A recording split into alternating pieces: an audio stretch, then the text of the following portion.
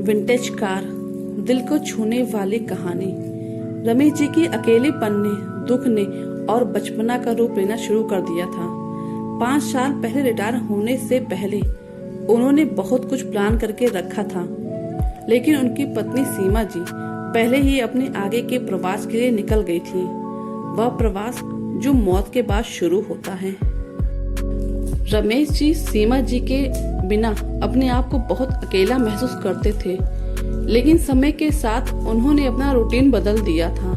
वह सुबह थोड़ा जल्दी उठने लगे थे, इसलिए नहीं कि उन्हें कोई काम होता था, लेकिन इसलिए क्योंकि उनके बहू और बेटा दोनों ही काम के लिए जाते थे और उन्हें आने में रात को देर हो जाती थी। इसलिए सुबह चाय नाश्ते के दौरान उनके साथ थोड़ी बातचीत हो जाए तो अच्छा रहेगा। यही सोचकर सबसे पहले उठ जाया करते थे, लेकिन दोनों के पास ही उनके साथ बोलने का टाइम ही नहीं था। नहीं, आप कोई गलतफहमी मत पा लीजिएगा।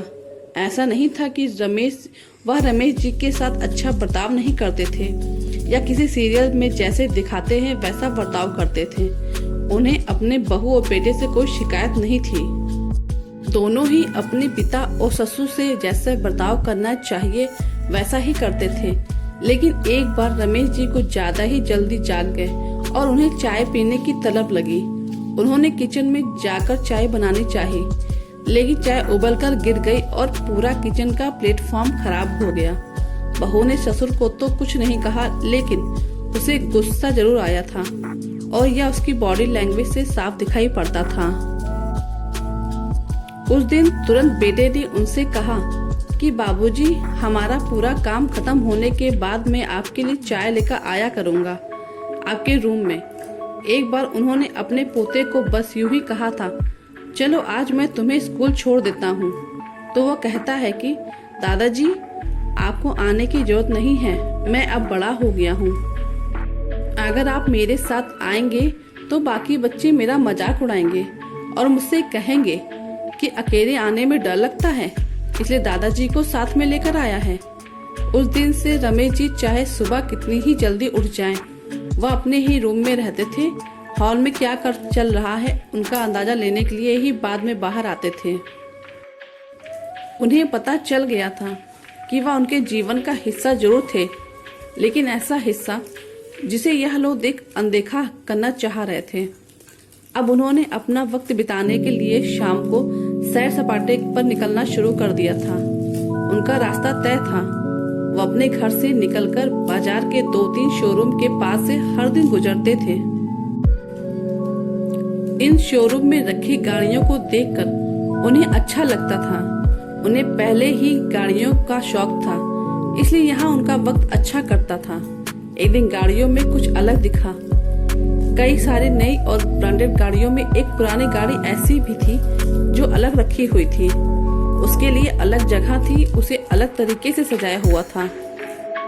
कौतूहलवश उसे देखने के लिए वह अंदर गए तो एक नए चमचमाते कपड़े पहने हुए सेल्समैन उनकी तरफ आया और बोला, आइए सर, कौन सी गाड़ी देख रहे हैं आप? रमेश जी हिचकिचाते हुए बोले, नहीं, मैं सिर्फ देख रहा था, मुझे खरीदनी नहीं है। मुझे बस उस पुरानी गाड़ी को देखकर विचार आया कि इतनी पुरानी गाड़ी शोरूम में कैसे? हमारे शहर के राजा ने आजादी से पहले खरीदी थी। सेल्समैन ने उन्हें उस पुरानी गाड़ी के बारे में जानकारी देते हुए कहा, ऐसा है क्या बेटा? मुझे एक बात बताओ, हर नई गाड़ी पर उसकी कीमत लिखी हुई है, मगर उस पुरानी गाड़ी पर क्यों नहीं लिखी कोई कीमत? क्या उसे बेचना नहीं है? रमेश जी का सवाल सुनकर सेल्समैन बोला, सर, ऐसी विंटेज गाड़ियों की कोई कीमत पहले से तय नहीं होती है। इनके सही कस्टमर को ही इनका सही मूल्य पता होता है। अगर थोड़े शब्दों में कहूँ तो यह गाड़ी महंगे से ज्यादा मूल्यवान होती है। रमेश जी उस शोरूम से बाहर आ गए। कोई विचार उनके मन में कौंध रहा था, लेकिन क्या वह उन्हें समझ में नहीं आ रहा था। ऐसे ही कई दिन गुजर गए। अब आते जाते रमेश जी उस पुरानी गाड़ी को बड़े प्यार से देखते थे। कुछ दिनों के बाद उन्होंने देखा कि उनके बहू, बेटा और पोता सभी ने छुट्टी ले रखी थी। वह सोच में पड़ गए कि उस दिन ऐसा क्या खास था जो सब घर पर थे। उन्होंने कैलेंडर भी देखा मगर उन्हें कोई ना कोई त्योहार दिखा, ना कोई नेशनल हॉलिडे। रमेश जी अपने पोते के साथ खेलते हुए समय बिताने लगे। जब पोते ने कहा, दादाजी पता है आज स्कूल में क्या हुआ? आज स्कूल के सामने जो रास्ता है वहाँ पर एक 100 साल पुराना पेड़ था। रोड बनाने के लिए उसे तोड़ने वाले थे। तभी वहाँ पर कुछ लोग मोर्चा लेकर आ गए। फिर उस पेड़ को उस जगह से साबुत हटाकर दूसरी जगह पर लगा दिया गया। हमारी टीचर ने हमें समझाया कि चाहे वह पेड़ पुराना था, लेकिन वह हमें 24 घंटे ऑक्सीजन देता था। रमेश जी को वही अनजाना सा विचार और फीलिंग आई जो उस विंटेज कार को देखकर आई थी। बहू, बेटे और पोते ने रमेश जी को सरप्राइज दिया क्योंकि उस दिन उनका बर्थडे था।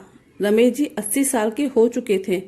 रमेश जी ने कभी भी यह सब एक्सपेक्ट नहीं किया था कि उनकी आंखों में आंसू आ गए।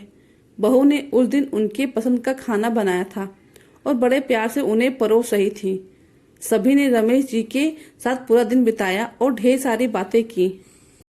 तब रमेश जी को वही फीलिंग आई जब उन्हें उस विंटेज कार को देखते हुए आई थी। वह अब समझ रहे थे कि पहले वह विंटेज कार, बाद में अब 100 साल पुराना पेड़, यह सब कोई इशारा है। उन्हें समझ में आ गया था कि वह बूढ़े जरूर हो गए हैं, लेकिन उनकी भी वैल्यू उतनी ही है जितनी उस विंटेज कार की थी।